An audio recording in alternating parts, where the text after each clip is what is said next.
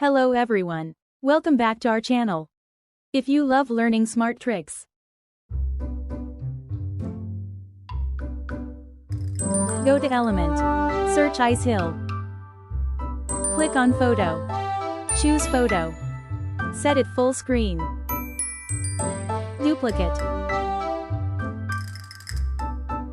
Remove the background of the foreground image. Go to Text.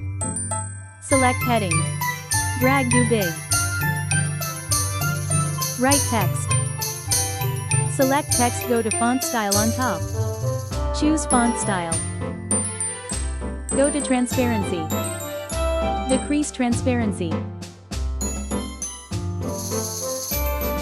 Go to Position. Click on Layer.